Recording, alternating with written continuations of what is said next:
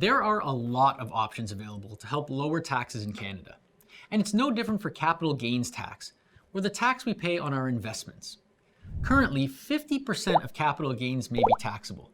That means half the dollar amount we earn when selling either Canadian or US-based investments must be included in the total income we claim for the year.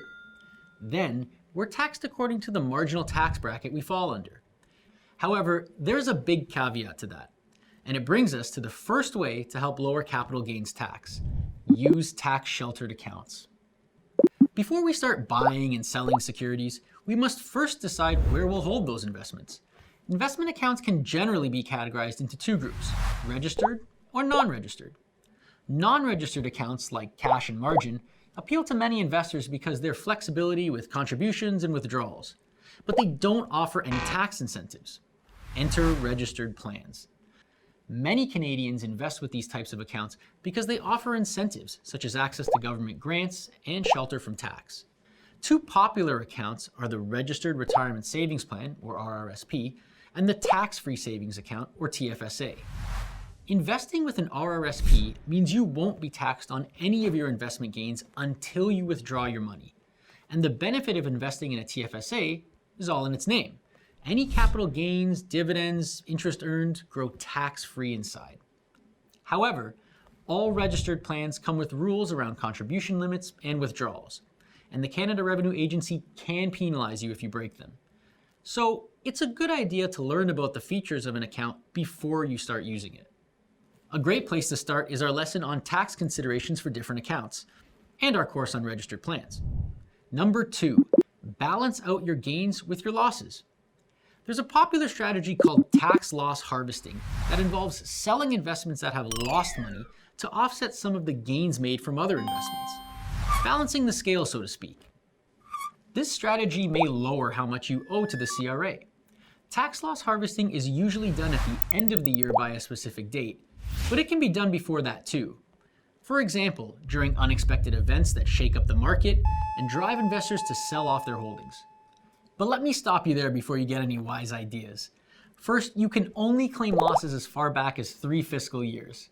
And second, you can't sell an investment to claim a loss and then turn around and buy it back within a month. That's what the CRA dubs a superficial loss meant to avoid taxes. It's not permitted. And if you or someone affiliated with you, like a spouse or company, try to pull a fast one, you might just get dinged with a penalty. Done properly, tax loss harvesting can be an effective strategy. But before selling anything, consider whether holding onto that particular investment would align better with your investment goals. Of course, sometimes you don't have much choice but to throw in the towel. For example, a company's shares can sink all the way down to zero if they go bankrupt or insolvent. What then? Welcome to the third way you can trim capital gains tax: dispose of worthless shares. Shares that drop to zero value or become non-tradable are quite literally known as worthless shares. It's an issue you sometimes see with penny stocks if the company issuing the shares receives a cease trade order in a certain jurisdiction or becomes insolvent or bankrupt. If an investor learns that their shares have suddenly become worthless, they may still claim the loss on their tax return. They wouldn't sell the shares though, they would dispose of them by transferring legal ownership of those shares to their broker. This would remove the shares from their account and allow them to then claim the loss. Removing worthless securities from your account can be done easily in WebBroker or by contacting an investment representative. Finally, number 4, donate shares. Did you know that publicly traded securities can be donated? It's true. You won't pay a capital gain tax when you donate publicly traded shares to a charity. And you'll receive a donation receipt, just like when you donate cash. But this one is for the full market value of the shares, which can then be used to reduce your income tax. And there you have it, 4 simple ways to help you reduce your capital gains tax. Of course, those are just the broad strokes.